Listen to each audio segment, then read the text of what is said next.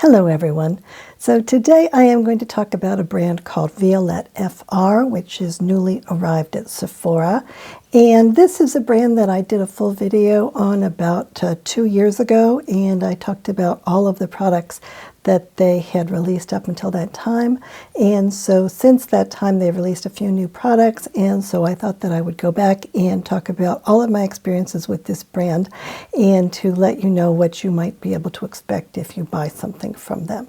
And I do think that while this brand may be really, really appealing to some people, it does tend to be a little bit on the idiosyncratic side.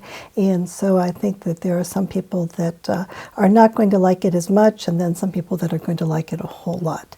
And so my hope is that when you go in to purchase from this product line, that you know exactly what you are getting yourself into. And so first, a little bit of information about me. I am 60 years old and I have dry and very sensitive skin. And over the past 4 years, I've tried out well over 1,000 makeup products from a variety of different high-end and luxury brands. So I do have a pretty good basis of comparison for everything that I discuss here on this channel. And with regard to Violette, I have tried out all of their makeup products and purchased at least one of all of them. And then in addition, I have one of their skincare products that I have been trying out recently, and so I can talk about that as well. And in terms of what I'm looking for in makeup products, I am hoping that they will make me look a little bit fresher and a little bit younger without exacerbating the look of my wrinkles. And I also tend to only want to spend a very short period of time per day putting on makeup, such as 5 or 10 minutes. And so I'm looking for products that work for me pretty easily and that are pretty reliable when it comes to putting on makeup really quickly. And then also, perhaps most importantly to me, I have a zero tolerance policy in terms of being willing to use products that irritate my skin at all. And one thing that I have found is that certain ingredients always do irritate my sensitive skin.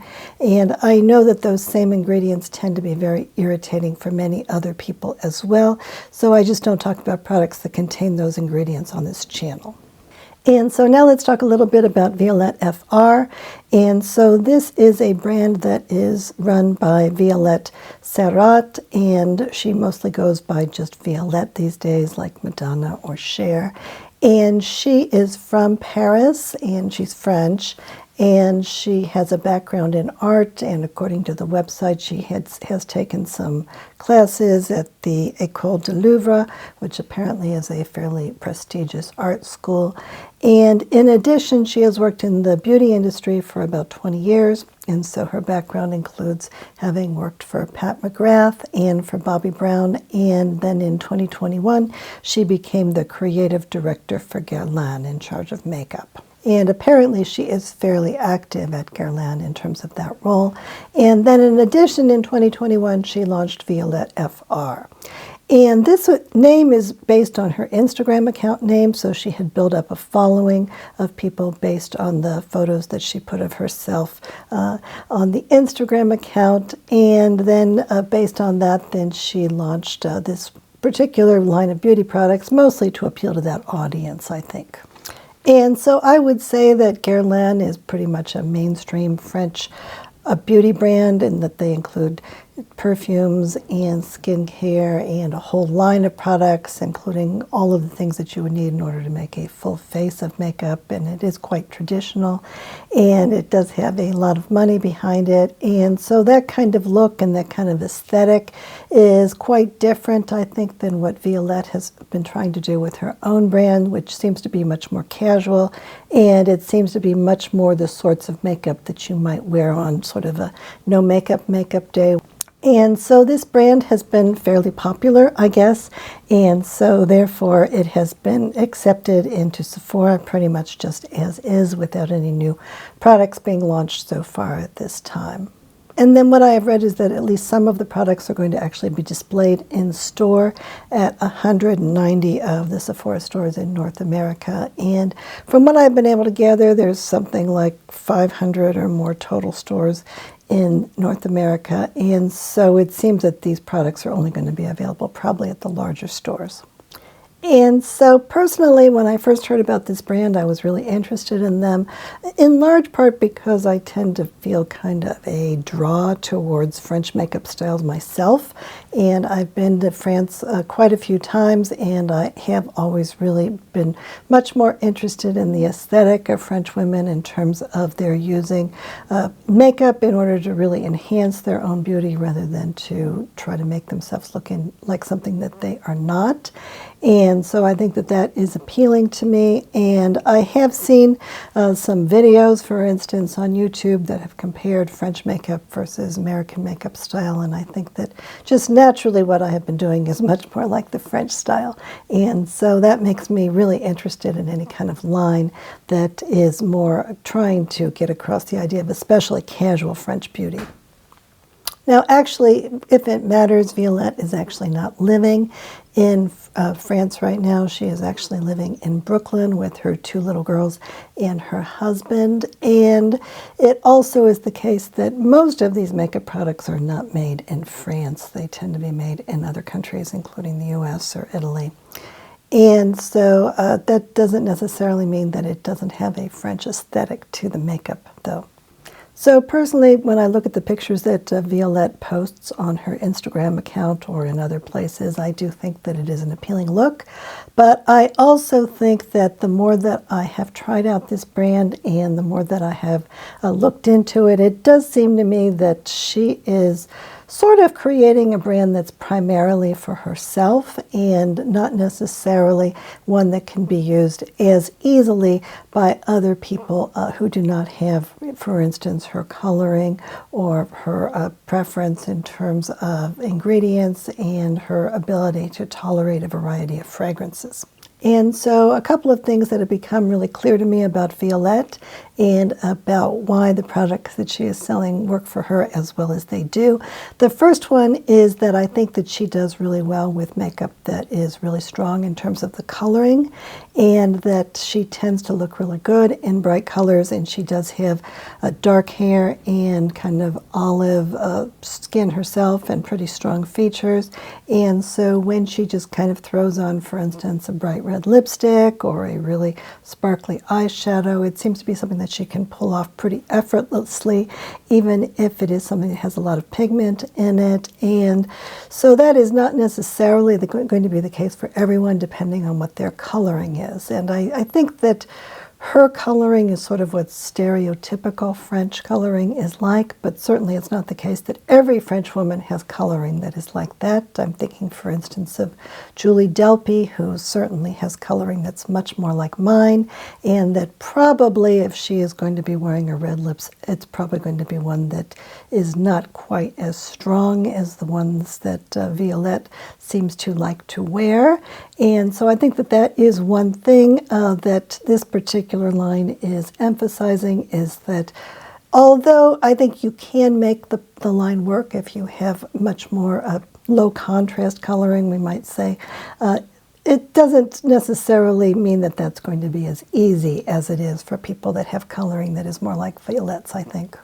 And then the other thing that seems to me fairly clear about Violette is that she does really like perfume, meaning synthetic perfume, and that she does not seem to have any hesitation about throwing the perfumes that she likes into any of her products, and that she feels that that should not be an issue, despite the fact that she is labeling this product line as being clean beauty. And so certainly Guerlain is a fragrance house, and with the exception of their eyeshadow palettes, they really put fragrance into just about everything that they offer. And so that is why I really haven't been able to try out very many products from that line, because they do put fragrance into everything. And in terms of those eyeshadow palettes, again, those eyeshadow palettes are very, very highly saturated, and they tend to be in really bright colors that I probably would never be able to wear very comfortably. And even with the color stories that I think could be good for me, the shadows themselves are so highly saturated that it is a little bit difficult for me to put them on in a way that does not really carry off with my face and make it look like all you're seeing is the eyeshadow. I have to be extremely cautious when I use the one palette that I have, even though it's a really good color story for me, because otherwise it just tends to go way too smoky and way too overdone really, really fast. Now, in terms of the Violette line, they are not listing fragrance on the ingredient list for every single product that they are offering, but for the most part, they have managed to put some pretty strong synthetic fragrances into all of them. So, for instance, really almost all of the lip products include ethyl vanillin, which is a really strong form of synthetic vanillin that is formulated with petroleum. And then these eyeshadows, I have almost never seen any eyeshadows except for novelty eyeshadow palettes that include any kind of fragrance. But in these particular eyeshadows, these include a fragrance that is called ethylene brassylate. And this is a musk fragrance that is synthetic that was created by DuPont in the 1940s. And so this is something that, especially since I've been toying with the cosmetic business, the more that I seem to be exposed to that fragrance, the more annoying it has gotten to me. And it's really gotten to the point where at any time I've been using this recently, it's been giving me a headache. And I'm not quite sure why we want to be putting that in eyeshadows. That's a little bit strange to me. And then also after I did my YouTube review 2 years ago, they came out with another product which is called Bisou blush. And so for this product, I purchased it right away because I was interested in the line still. And then I realized after I received it that it actually has fragrance in it, and it smells like synthetic fragrance to me. And it does just list fragrance on the ingredient list. And it certainly is the case that Violette does not accept any returns at all for any circumstances, and that is what they told me. And when I wrote actually a really polite review, just stating that this did have fragrance in it and people should be aware of that, they never actually published that review, and they still are not stating in their regular copy that the product does have fragrance in it. So I think that their position seems to be that nobody should object to the fragrance that is in these products and that they don't need to be telling people about that, and you should probably not worry about it too much. So I found that to be a little bit unfortunate as well. And Guerlain actually had their own little controversy with regard to fragrance as well, because people used to really like the fragrance that was in their meteorites powder, and then very recently they totally put a different perfume in the product and they didn't tell anyone about it, and they are still charging the same price as before, and a lot of people really, really don't like the scent of the new perfume, even if they're willing to use a lot of different synthetic fragrances.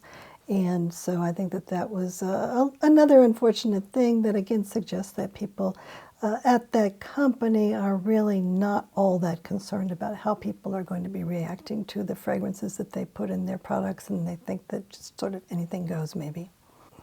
And actually today when I was looking at the Sephora site, I actually saw a big picture of Violette, and the slogan under the photo was that it says, be the artist and the muse. And this is kind of how I've been thinking about this brand in general, that it's, again, very self-referential, and that she is mostly making makeup for herself and thinking about her own needs, as opposed to necessarily how all of the other people that are Sephora customers may be likely to be using the products. And that's okay, and I think that actually there is an awfully lot of makeup at Sephora that is targeting sort of average consumers, and that is why an awfully lot of the makeup at Sephora is so boring. And so the fact that there is a brand that is at Sephora that does have a really strong point of view, and that might not be appropriate for everybody, but may be really, really attractive to some people, I think that that is great. It's just that you need to make sure that you're getting the kind of makeup that you want. And one thing that I will say is that at least Sephora does take returns on products. And so if you do make a mistake and you try something and it doesn't work out for you, at least you have some opportunity to return it. Whereas if you buy it on the Violette website, then I don't think there's any opportunity to return it whatsoever. And so if we look at the Sephora site, we can see which ones are the best sellers. And so I thought that what I would do is to start out by talking about the products that seem to be selling the best right off the bat, and then to work our way down to the products that are selling less well. And so the first product is called the Bisou Balm, and this is a matte sheer lipstick that is supposed to be really casual. It's supposed to be really easy to put on, and it's supposed to be something that you can just throw on a little bit of a lipstick and then go about your day without worrying about it too much. And this is a matte lipstick, and it is silicone based. And so if you are familiar with the Glossier Generation G line, then this is sort of the same concept as that line. And there are a lot of people that used to like Generation G. I think that in terms of their most recent reformulation, they definitely messed that one up. I actually really liked those Generation G lipsticks when they were fresh from the factory, when they were released maybe 18 months ago or so, but after a few months they just totally went rancid and really became very unwearable in general, both in terms of the smell and the taste, and also in terms of just feeling a lot more dry and not very comfortable to wear. So I do think that the concept of a silicone-based matte lipstick that goes on sheer and is easy to wear, I think that there's some merit in it in terms of how it looks on the lips, and I think it is an attractive look. But I think it's one of the reasons that this is so popular is because they have done it better. Now, this is a line that does include a lot of ethyl vanillin in it, and I think that even compared to a lot of the other lipsticks that I have that have vanillin in it, this one seems to be particularly strong in terms of the scent to me. And so that is why I tend not to wear these a whole lot. In addition, they are a little bit more dry than a lot of the lipsticks that I tend to use, but I think that compared to other matte lipsticks that I use, both ones that are more saturated and ones that are more on the sheer side, I think they're actually fairly comfortable, so that would not be as much of an issue for me. And I do think I would get a fair amount of use out of them if they didn't have this vanillin in them. And over the past 2 or 3 years, they've introduced a whole bunch of new shades. And so one of the shades that I have that I'm wearing right now, this is called Calisan. And this is really the only lipstick that they are offering that I think of as being more like a true neutral. And I do like the way that this looks on my lips, and I've been wearing it for a little while, so I'll put a little bit more on.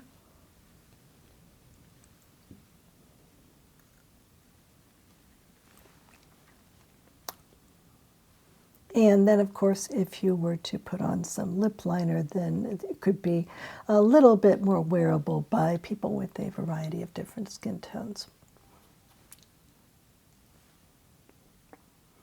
But I like this color. I think it's wearable by me just all by itself. It does look neutral, but it has enough rosiness in it that I think it is attractive. And then another shade that I have is called Susette, and this is stated as being a cool raspberry pink, and so this is what it looks like in the tube, and so I will put a little bit of that on.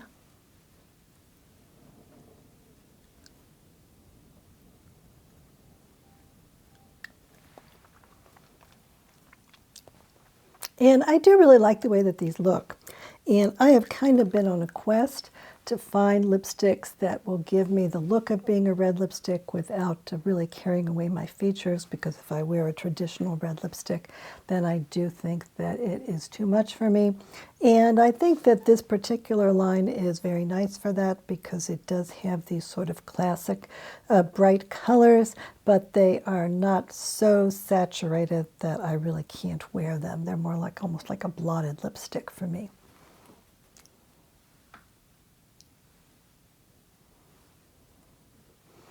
And then the third color is called Amour Fou, and that means crazy love, and this is really just a straightforward kind of neutral red lipstick. And this was originally the color that was used in their liquid lipstick, which is very, very bright, and which I will show you in a little bit. And so eventually they took this same color and they adapted it into this little lip balm. So I put that on also.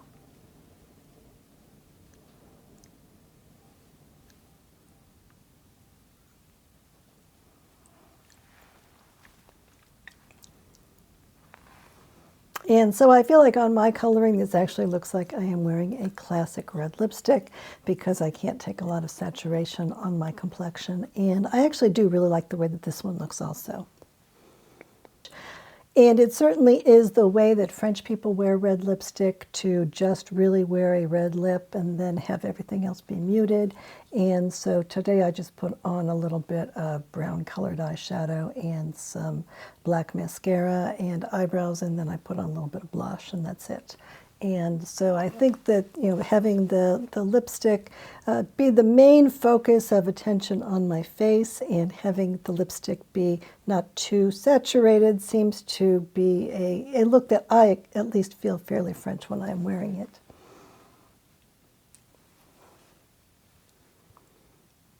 So again, if this didn't have the vanilla in it, I really like the look of this enough that I actually would wear it fairly often, I think.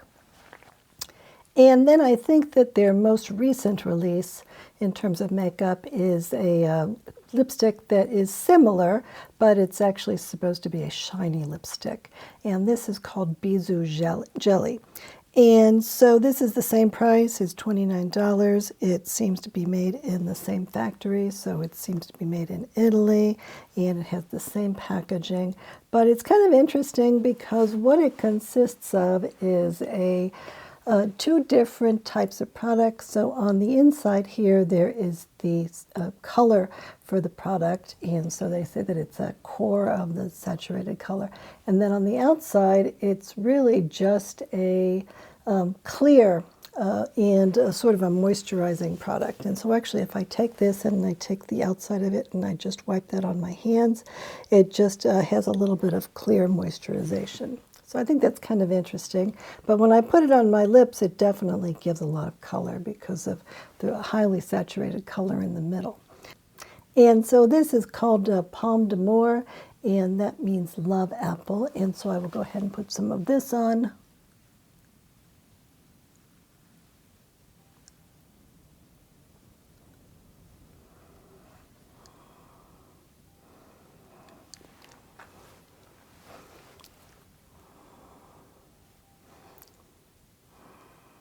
And so I would say because of the glossiness of this one, it does look a little bit more dressy, or maybe even a little bit more saturated. But I don't think that this one carries away my look either, and I think it definitely gives me the idea that I do have a red lip on, but that it is something that I am more wearing the red lip, and the red lip is less wearing me. And in terms of how this feels on my lips, I think it feels nice. It's a little bit less drying than the matte formula, and so that is kind of nice. I wouldn't say that it is the most moisturizing lip balm that I have in my collection, or that I would necessarily put it on because it is good for my lips. But I think that I could wear this fairly regularly, and that I wouldn't think it was bad for my lips either. I think it is fairly nice. But it certainly is the case that it has that same strong vanillin taste and vanillin smell that the other ones have, and so for that reason I haven't worn it too often.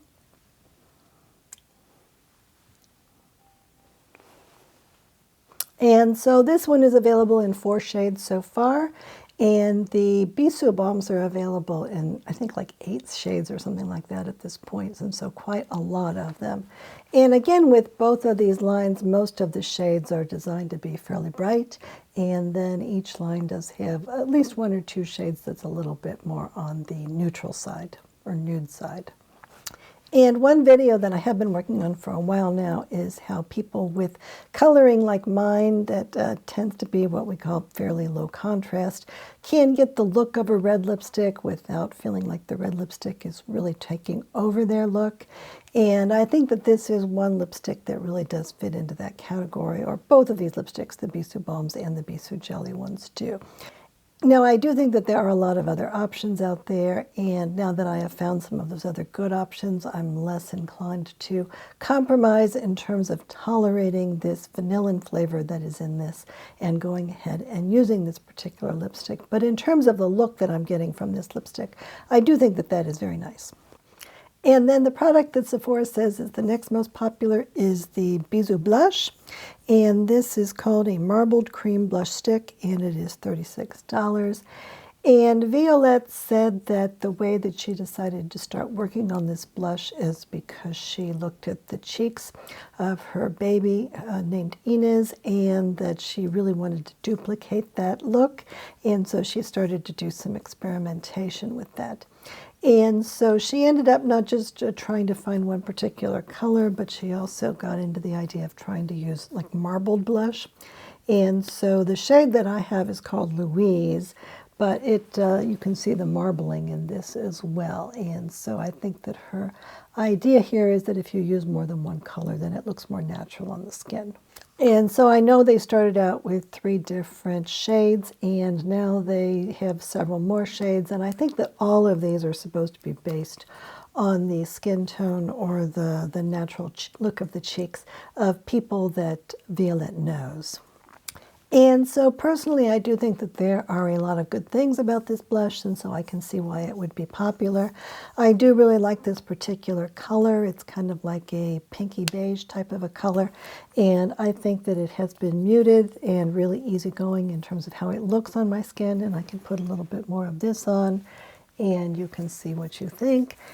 And I also think that the particular formula that this is, I think that this is particularly nice. I think that it is a lot like the Westman Atelier formula, and that is actually my favorite blush. So it's not too creamy, and but it's really easy to blend, and I think that it has a little bit of a texture to it, and it does stay in place fairly well, and so I can wear it for a while and not feel like I necessarily have lost all of my blush, even if I'm not wearing any kind of foundation underneath it. And also it comes in this nice tiny little stick, and the stick is fairly well made, and I feel like this is a quality product, and it hasn't fallen apart on me like, for instance, some of the Westman Atelier minis have. And I think that this is something that I can just throw in my purse really easily, even if I'm carrying a really small purse.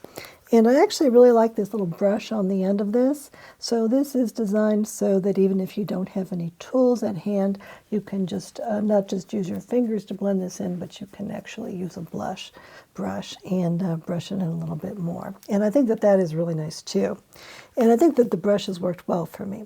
So all in all, I really do like this product, and I would have undoubtedly purchased at least 1 or 2 more colors by now, but unfortunately this does have that fragrance in it. And I wouldn't say that this fragrance is the worst thing that I have ever smelled, but I do not really like the fragrance either. And it does, in addition to just having unstated fragrance or unspecified fragrance, it also has a couple of other natural fragrance ingredients in it that conceivably could be either irritating to some people or at least unappealing to some people. And personally, I don't feel like the few times that I have worn this that my skin has gotten irritated from it. So that is good, but nonetheless, I wish they had just left the fragrance out of it. And then Violette also has a line of eyeshadows, and these are liquid eyeshadows that come in little tubes. And about half of them are what they call twinkling or shimmery type shades, and then half of them are matte shades. And there are some that are not too saturated, but then there are some that are really bold and designed to make a real statement. And so the idea with these is supposed to be that you can use the particular paddle that is in here either to draw a really thick line, like a graphic design, or you can just put on a little bit and then smear it around and have it be more like a regular, conventional, sort of blurry eye look. And so these eyeshadows have been around for a while, and there are currently 17 different shades. And I know that when they first launched, they had fewer shades, and by far their most popular shade was this blue twinkling one, which is called Bleu de Minuit. And because that was so popular, they launched a couple of other blue shades. So there is one that is a matte, that is a really, really dark matte that is almost black. And then there is one that is a really, really bright blue that I think that I probably would have a really hard time carrying that one off as well. And so I have used this blue shadow before. I'm not going to put it on today because, one, it wouldn't go with this red lip, but also because all of these eyeshadows have this ethylene brassylate in them, which is that chemical with a musk scent that is used in the fragrance industry and that was invented by DuPont in the 1940s. And I have found that the more that I wear this, the more that it does give me headaches, and so I'm kind of tired of playing with it. And I played with these eyeshadows a few times recently just to get a sense of them. And I think that other than the fragrance, I think that these are okay. I think that I do have to use them a little bit sparingly. But at least the two shades that I have, and one of them is this green shade, and then I have the blue one. And I think that both of them are really pretty on my eyes, and that as long as I am a little bit careful with them, I don't feel like they've been too much for me to use, so that has been good. And I probably would experiment with them a bit more if they didn't have that fragrance in it. But I do think that if you're trying to use them graphically, that is a little bit more challenging. And that probably for my eyes, it would be really difficult. It's been really difficult to get that to work. I just don't feel like I have large enough eyelid space to be able to use a really thick line like this and have it look good. I think it really tends to need to be much more just a simple one and done look for it to look good on me. So this green shade that I have, this is called Scarabée d'Or, I think, which is supposed to be a golden beetle that has a green color to it. And then there's a couple of other shades that I think could be interesting if I had the right color that lean to be a bright purple. There's one that's called Violette Sauvage, which is a wild violet, which is supposed to be an electric tempo of purple enhanced with very fine pearls, and a Nuage de Lilas, which is lilac cloud. And so I think that all of these colors seem like they could be really special, and that if you are drawn to the colors and if you feel like they look good on you, then I think that these could be a really fun thing to try, as long as you don't think that that fragrance is going to be irritating. And I do have some footage where I compared this particular green eyeshadow to the similar liquid green eyeshadow that Lisa Eldridge makes. And I think that this one and the Lisa Eldridge one, they're not terribly dissimilar from one another. I think that apart from the scent, I think that they are fairly similar in terms of how I have used them.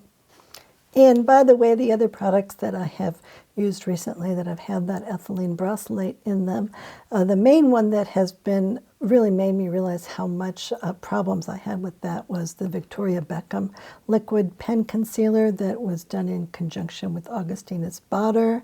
And then I also realized that it was used in the Sarah Creel lipsticks, and that did not bother me so much until I kind of got sensitized to it by using that concealer a lot. And another product that does have the ethylene bracelet in it is the Pat McGrath blush stick, but that seems to be in a very, very small amount, and so that hasn't bothered me quite so much, at least not so far. But considering that these are eyeshadows, I think that the amount of scent that they put in them is quite a lot. I think that that's really a surprise. But I will say that apart from that they have performed pretty well. They've stayed on my eyes pretty well. I don't think that they've been terribly difficult to put on, and I think that they've been fairly easy to get off with a good cleansing balm, and they've stayed in place and look pretty nice. So I don't have any objections to the performance. And then the product that I have found to be the most challenging to use is called the Petal Bouche Matte Liquid Lipstick. And this is $31. And it originally was put out in just one shade, and that shade was called Amour Fou. And so it's the same color that I was wearing in terms of the matte lip balm, except that this is an incredibly saturated liquid lipstick. And so you put this on with this particular kind of a doe foot, and it is really, really highly pigmented, and so you need to be really, really careful because there's definitely potential for it to make a really big mess. And so when I first used this lipstick in the video that I shot about 2 years ago, that was really, I think, the first time that I had used that lipstick, and I did make a really big mess with it, and at that time it was only available in this one shade. And since then I experimented with this quite a few more times, and I got a bit better at it. And then also since then, Lisa Eldridge came out with her line of liquid lipsticks. And although I don't have the bright red color in that, I do have two of the other shades, including one that is kind of a more of an orangey red type of a color. And I think that the Lisa Eldridge one is considerably easier to use in terms of my feeling comfortable that I'm not going to make a big mess with it when I put it on. So I'm not sure why the Lisa Eldridge one seems to me to be easier to use. It may just be in terms of the doe foot applicator, in terms of the type of tip she developed. But in any case, I do feel like even though I have used this particular lipstick a bunch of times, I do tend to feel like I'm still struggling with it quite a bit every time I put it on, and then I have to be really, really careful or else it makes a great big mess. And then this is a liquid lipstick, and I would say that most liquid lipsticks do have a really strong taste that is almost like alcohol maybe when I first put it on. And that I think is the isododecane, which is the first ingredient in this, and I think it's also the first ingredient in the Lisa Eldridge product. And I would say that the Lisa Eldridge product has a less strong taste and that it tends to dissipate a bit faster, and that this is a lipstick that tends to be a little bit more strong in terms of that smell and taste. And it, instead of it dissipating within 30 seconds, I would say that it probably takes a couple of minutes almost always for me to stop really being annoyed by it. But it does go away after a short period of time. And then once this does go on the lips, it does stay on the lips really better than almost any sort of cream type of a lipstick or matte type of a lipstick that I might put on. And so if my goal were to have a really, really bright lip that would last for quite a long period of time, then this could be a good choice.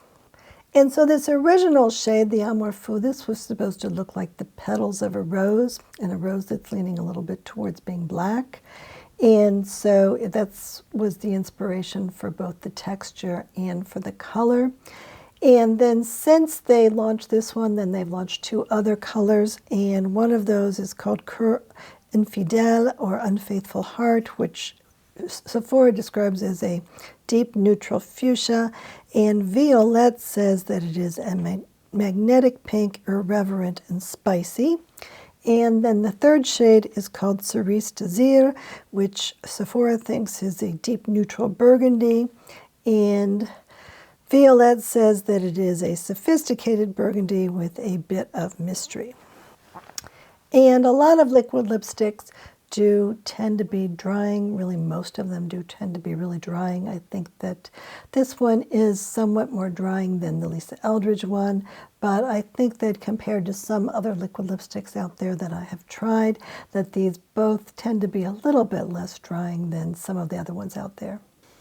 And one thing that I will bring up is the fact that French people tend not to wear both bright red lipstick and a really attention-grabbing eyeshadow look at the same time, and so I don't really think that Violette is intending for people to be wearing her bright eyeshadows and her bright lipstick at the same time. I think it's more that you're choosing one or the other, and that is definitely how they are depicting it in the pictures on their website. So it always is a little bit tricky for me to put on that lipstick, but I do want to put it on sort of in real time so you can get a sense of how I am doing with it, even though I have practiced with it a bunch of times. So I will do that at the very end of the video, and in the meantime I will just talk about the rest of the products that they are selling. And so the next product is their highlighter, and this is called Baume Sheen, and it comes in only one color, and what she is saying is that it is supposed to be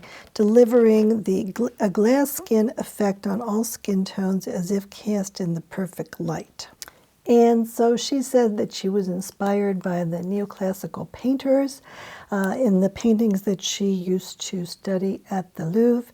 And so she tried to create a highlighter that would give that same kind of an effect. And so this one does have a lot of squalane in it. I actually think that squalane is the first ingredient, if I'm not remembering incorrectly. And I do think that as this kind of a glassy type of a highlighter goes, that this one is particularly pretty. I do think that when it came out more than 2 years ago, that it was unusually pretty in comparison to other products that are on the market. And that since then there have been a lot of new products that have been introduced that I think are even nicer.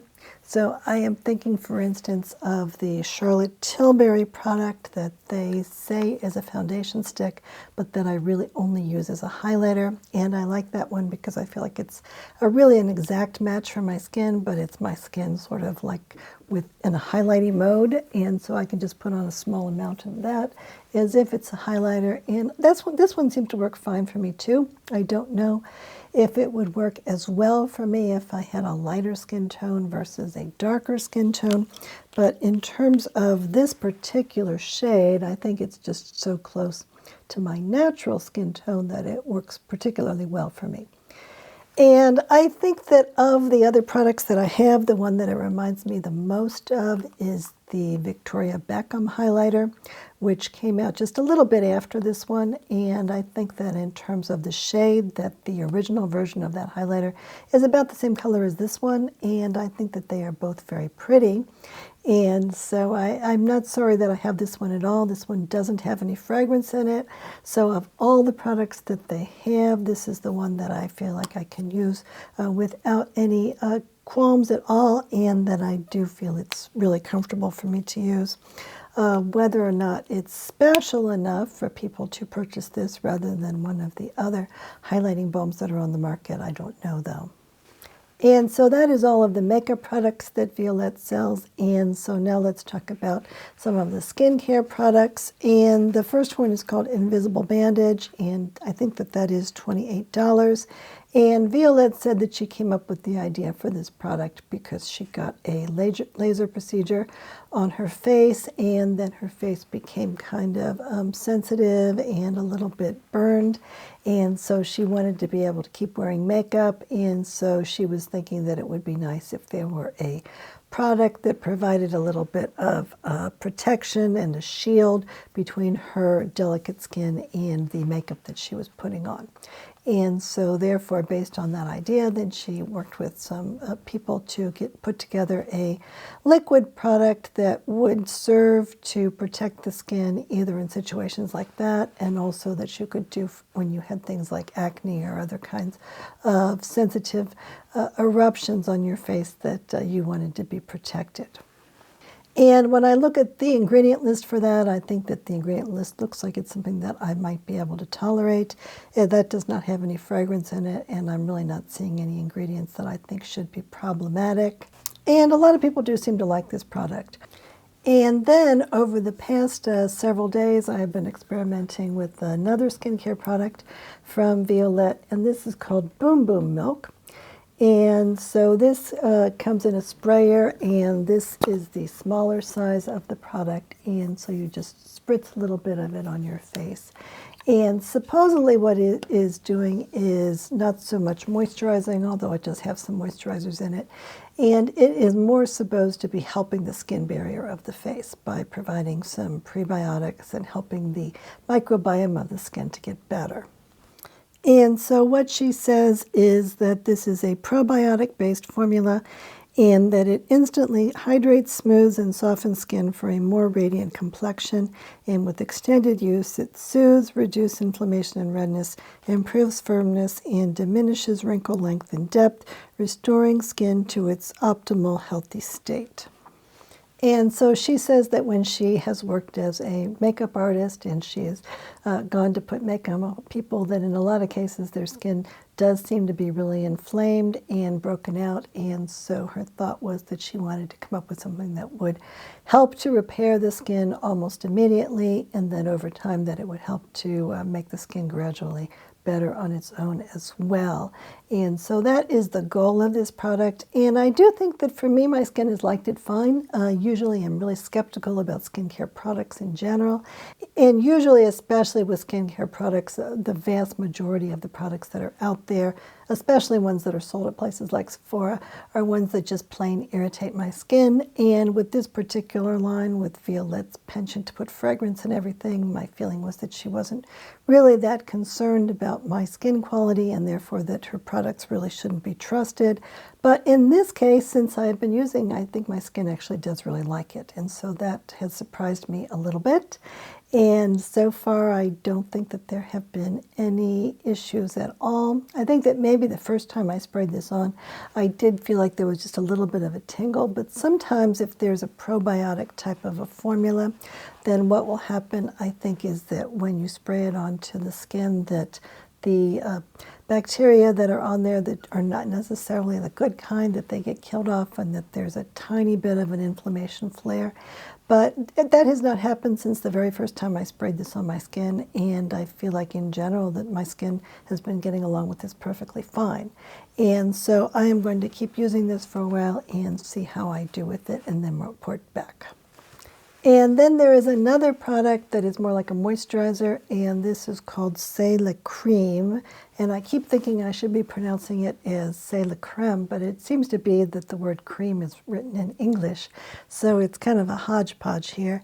And what it says is that it is a comforting cocoon. This nourishing barrier shield locks in moisture, protects against pollution, and restores suppleness and glow. And so I haven't tried this yet. It's supposed to have prebiotics in it. It is supposed to have a variety of other ingredients in it that look like they could be good for my skin, and I'm not seeing anything that makes me especially frightened.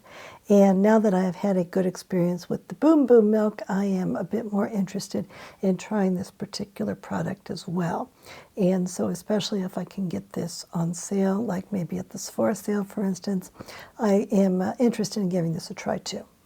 And then in terms of the things that they are selling at Sephora, they also have a perfume, and of course I'm not interested in that. And then they have this dry shampoo, which comes in a little brush, and that I might actually be interested in, but again, they did put some kind of an unspecified fragrance in that, and so I am not going to get that.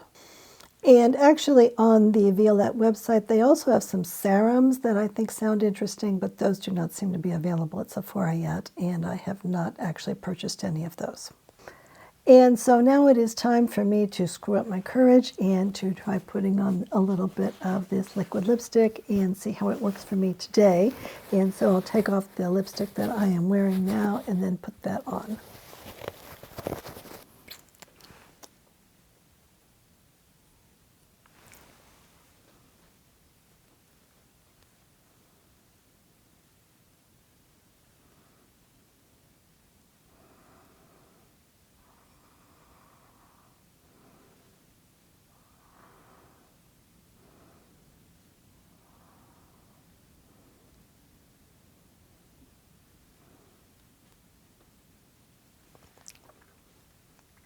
And this camera monitor is not necessarily the best for having a really exact artistic look. So let me see if I can touch this up a little bit with this little hand mirror.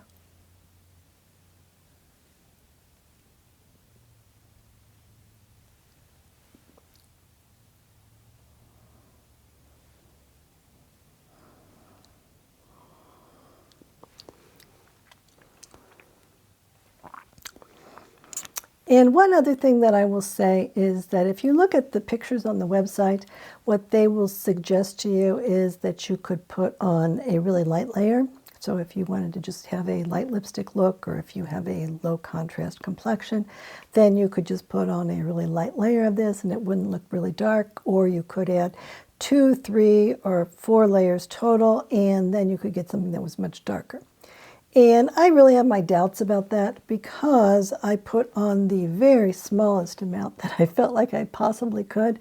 I wiped off all of the excess, and I've been doing this for a while, and so I have given some practice to myself in terms of putting this on. And I still think that this color is so bright that it is really pretty much unwearable for me to wear like this. I don't think it looks terrible, but I think it's very unlikely I would go out in public at all wearing a red lipstick like this unless I was really looking for a particular makeup look to go with a particular outfit. And so I think if you are trying to get something that is more muted, that you are really not going to get it from this particular line of products, and that sticking with the Bisou balms is a much better idea, or some other kind of lipstick line entirely. But at least I was able to put it on without it turning into a huge mess like happened the last time I did a video on that. So at least that's a bit of progress anyway. And you can see if you think that my lips look like the petals of a rose, that's what petal bouche means, is mouth petal. And so I don't think that in terms of how it looks on my lips, I don't think it looks bad. It just does look very, very bright. So thank you very much for watching all the way to the end of the video. And I would be interested if, after having watched this video, if you have any interest in any of these Violette products for yourself at this point. And in addition, if you haven't subscribed to the channel yet, then please go ahead and do that. And also, if you like this video, then please do hit like because it helps the algorithm. And Coco and I do love you very much, and so thank you very much for watching. Goodbye. Ba-da-ba-da-da-bum, ba-da-da-da-da-da-da-da-da-da-da-da.